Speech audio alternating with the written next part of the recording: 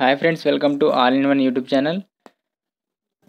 Telugu medium SGT 14 questions పైన ఎవరైతే హైకోర్టులో పిటిషన్ అనేది వేశారో వారి తరపున నిన్న రాహుల్ రెడ్డి లాయర్ వాదనలు వినిపించడం జరిగింది.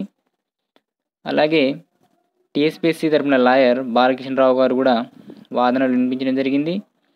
అయితే టీఎస్పీఎస్సీ వాళ్ళు కౌంటర్ అనేది ఇంతకుముందు ఉన్నటువంటి కౌంటరే ఇవ్వడం వలన రాహుల్ రెడ్డి గారు నిపుణుల కమిటీని వేయమని వాదన వినిపించడం జరిగింది. దానికి ఎవరైతే హైకోర్టు జస్టిస్ ఉన్నారో అభినంద్ కుమార్ షావలి గారు వారు కూడా నిపుణుల కమిటీని వేయడానికి సూచించారు. దీనికి 2 వీక్స్ అనేది టైం ఇవ్వడం జరిగింది. ఈ 2 వీక్స్లో ఆ కమిటీ ఏర్పడి దానికి కీకి సంబంధించినటువంటి ఏమైనా రాంగ్ ఆన్సర్స్ ఉంటే రివైజ్డ్ మెరిట్ లిస్ట్ ఇవ్వడం, అలాగే రివైజ్డ్ కీ అనేది ఇవ్వడం జరుగుతుంది అని చెప్పడం జరిగింది. ఈ ప్రాసెస్ అంతా 2 వీక్స్లో జరగాలని ఆదేశించడం జరిగింది. అయితే ఈ యొక్క నిపుణుల కమిటీ అనేది ఎప్పుడు ఏర్పడుతుంది, దానికి సంబంధించి ఏమైనా అప్డేట్స్ ఉంటే నేను మీకు ఇస్తాను.